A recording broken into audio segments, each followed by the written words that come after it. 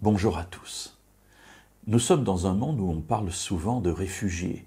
Il y a les réfugiés politiques qui fuient des régimes totalitaires, il y a des réfugiés climatiques qui fuient la plupart du temps la sécheresse ou parfois les inondations pour trouver refuge ailleurs. Il y a les réfugiés qui sont des réfugiés qui cherchent du travail et qui vont s'expatrier pour aller dans un autre pays afin, si possible, de trouver du travail. Il y a les réfugiés de la famine. Mes amis, malheureusement, ce sont des choses que l'on connaît bien, puisque, en ouvrant notre télévision, quasiment tous les jours, on nous parle de ces situations. Alors on les connaît, mais de l'extérieur, mais on peut parfois tenter de s'imaginer les difficultés qu'il y a de trouver déjà un point de chute et ensuite de s'adapter dans ce point de chute à cette nouvelle vie et surtout, période terrible, celle qui se trouve avant.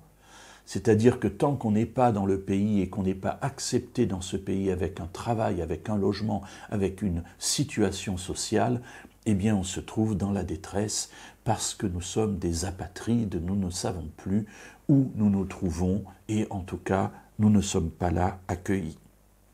Dans le chapitre 2 de la lettre aux Éphésiens, l'apôtre Paul nous dit au verset 19, « Ainsi donc, vous n'êtes plus des étrangers ni des gens de passage, mais vous êtes concitoyens des saints, membres de la famille de Dieu. » Alors, Paul parle à des personnes qui habitent Éphèse, c'est-à-dire des gens qui sont croyants maintenant, mais qui auparavant étaient païens.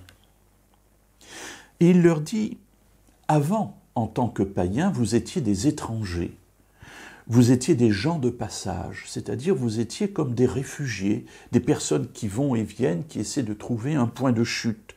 Vous ne faisiez pas partie de la famille de Dieu, vous en étiez même exclus.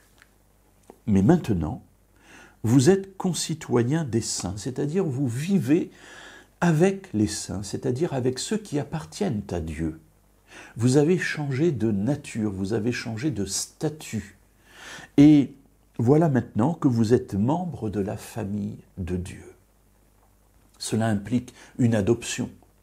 Dieu vous a adopté, il a ouvert ses bras, il a ouvert ses portes, il a ouvert sa maison pour que vous puissiez venir et que vous puissiez vivre avec ceux qui étaient déjà dans la maison. Voilà ce que Dieu a fait pour nous. Avant d'être accueillis, avant de retrouver un statut social, avant de retrouver un équilibre, une paix dans notre vie, eh bien nous étions des gens de passage et des étrangers. Les étrangers, on ne les aime pas, ils viennent perturber, on ne sait pas comment ils vivent, ils parlent une autre langue, ils ont parfois des coutumes vestimentaires ou alimentaires qui nous perturbent. Bref, on en a peur. Mais maintenant que Dieu vous a accueillis, vous êtes maintenant membre de la famille de Dieu, avec les mêmes droits, avec les mêmes devoirs aussi, avec les mêmes attentes et les mêmes espérances. Voilà ce que Dieu a fait pour chacun de nous.